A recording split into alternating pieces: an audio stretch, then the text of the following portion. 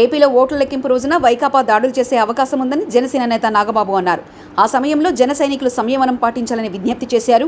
వైకాపా కవ్వింపు చర్యలకు ఎవరు ప్రతిస్పందించొద్దని సూచించారు. కూటమిలో ఉన్నటువంటి ప్రతి నాయకుడికి, ప్రతి కార్యకర్తకి నా ధన్యవాదాలు.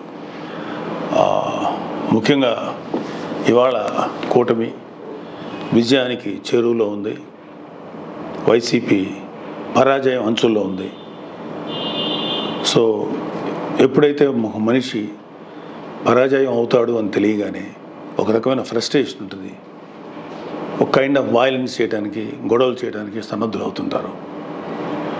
మీ అందరికీ నా విన్నపం ఏంటంటే, ముఖ్యంగా జన సైనికులకి, వీర మహిళలకి, నాయకులకి రేపు ఓట్ల లెక్కింపు సమయంలో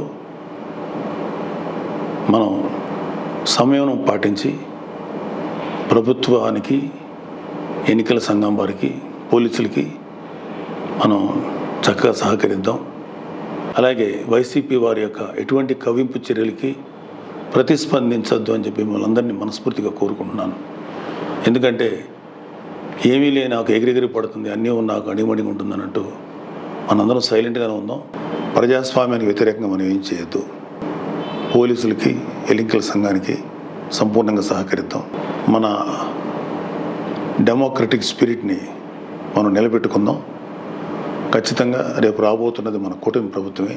కాబట్టి ఓడిపోయే వాళ్ళు చేసేటువంటి కవ్వింపు చర్యలకి, వాళ్ళు చేసేటువంటి అల్లర్లకి మీరు ప్రతిస్పందించొద్దు.